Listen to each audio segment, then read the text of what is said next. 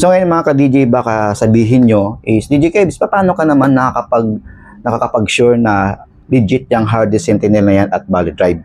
Okay. So ngayon mga ka-DJ, wag na wag po kayong mag-alala kasi meron po ako ditong dalawang hard drive. Okay. Kung yung unang hard drive ko mga ka-DJ na binili ko via online is yung performance niya ay wala siyang performance, puro question mark. So atin po titingnan itong dalawang hard drive kung meron din siyang performance.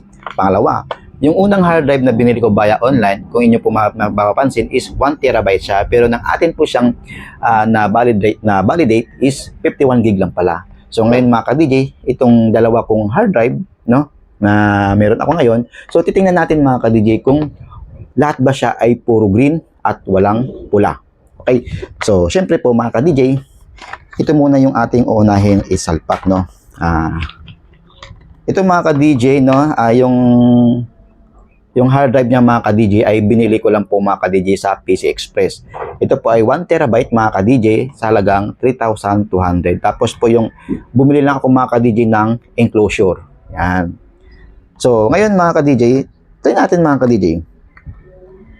Okay? Kung una mga ka-DJ natin titingnan yung kanyang performance at health. Okay? So binasa na po yung ating SSD na hard drive. So, punta tayo ng hard disk Sentinel. Yes. Okay. So, mga ka-DJ, ang atin po dyan i-click yung pong ADATA. Kasi po mga ka-DJ, yung aking kasing hard drive na binili ko po sa PC Express ay ADATA. Tingnan natin mga ka-DJ kung meron siyang performance. Yun. Pansin nyo mga ka-DJ, yan no? Meron pong performance yung ating ADATA. Yung performance niya 100%, yung health niya 100% din po. Okay? So siyempre po mga ka-DJ, dyan pa lang po medyo legit po. Legit ang ating hard drive. Pero mga ka-DJ, after po ng hard disk Sentinel, atin naman pong siyang i-valid drive para mga ka-DJ malaman natin kung legit nga ba yung kanyang 1 terabyte. Okay? So, X muna natin yan. Tapos, atin munang i-eject yung ating hard drive. Yan. Tapos, open natin yung valid drive. Dito sa valid drive mga ka-DJ, no, para malaman natin na legit talaga siya kapag puro green. Ibig sabihin, pag halimbawa po mga ka-DJ, puro siya lahat green, ibig sabihin, legit po yung kanyang terabyte. So, atin ulit i-disconnect. So, salpak natin ulit. Device inserted. So ngayon mga ka-DJ, at na po siyang i-validate this drive. Ngayon mga ka-DJ, kapag puro siya green, ibig sabihin legit po ha. Yan. So, yun mga ka-DJ, no? Mapapansin nyo mga ka-DJ, walang ni isang pula dyan. Unlike po dun sa ating binili po na hard drive, no? Is maraming pula.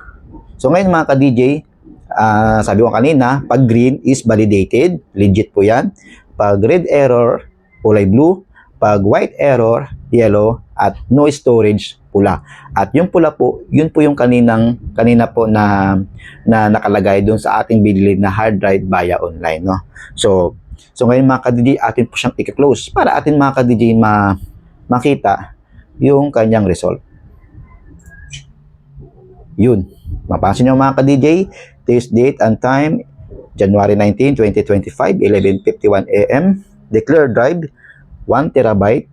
Validate drive, 1 terabyte. So mga ka-DJ, so legit po yung ating nabiling hard drive sa PC Express. So syempre po mga ka-DJ, para naman po tayo, meron pa po tayong isang hard drive na ating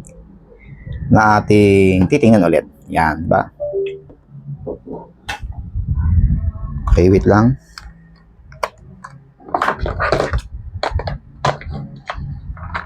Okay. So, ngayon mga ka-DJ, para po is pakita ko lang sa inyo mga ka-DJ na hindi masyado yung ating dalawang application. Okay. Ito naman po mga ka-DJ ay Seagate, no, na hard drive. So, yan. Siyempre po mga ka-DJ, ang una po natin titingnan yung kanyang hard disk Sentinel. Okay, open natin. Yes. Tapos yung kanyang, try natin mga ka-DJ yung kanyang health. So ito, click natin yung pangalawang. Yun.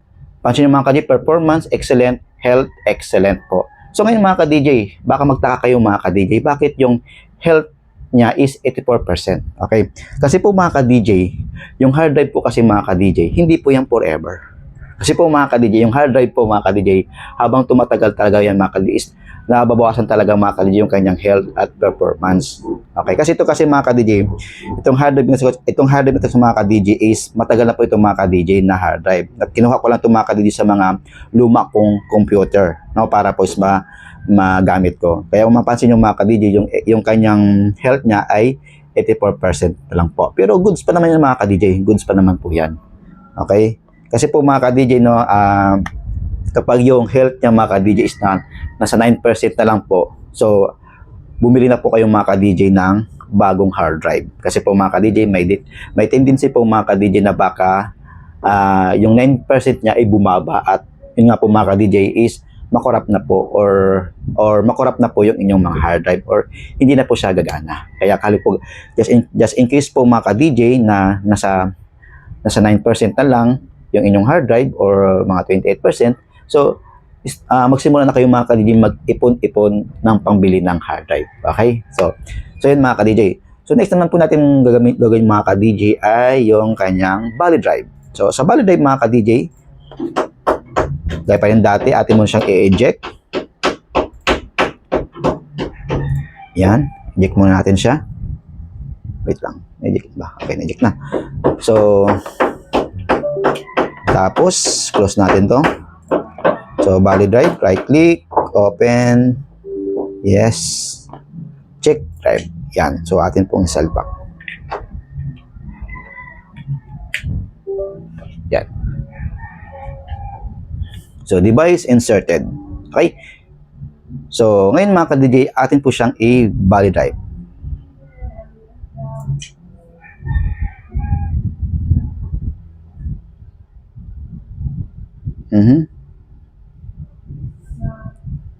Tagal yan mag-validate. Okay. Okay.